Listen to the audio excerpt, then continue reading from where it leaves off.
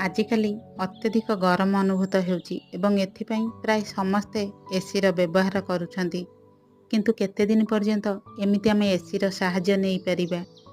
ଆଜି ଭାରତରେ ପ୍ରାୟ 500 କୋଟି ଗଛର ଆବଶ୍ୟକ ରହିଛି।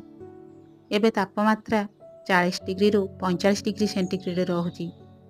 କିନ୍ତୁ ଏହା ଆରମ୍ଭ ମାତ୍ର। ଅତ୍ୟଧିକ ଏସିର ବ୍ୟବହାର ଯୋଗୁଁ ଆଗକୁ 45 ଡିଗ୍ରୀରୁ 50 ଡିଗ୍ରୀ, 50ରୁ 55 ଏବଂ 55ରୁ 60 ଡିଗ୍ରୀ ସେଣ୍ଟିଗ୍ରେଡ୍ ପର୍ଯ୍ୟନ୍ତ ପହଞ୍ଚିବାକୁ ଅଧିକ ସମୟ ଲାଗିବ ନାହିଁ।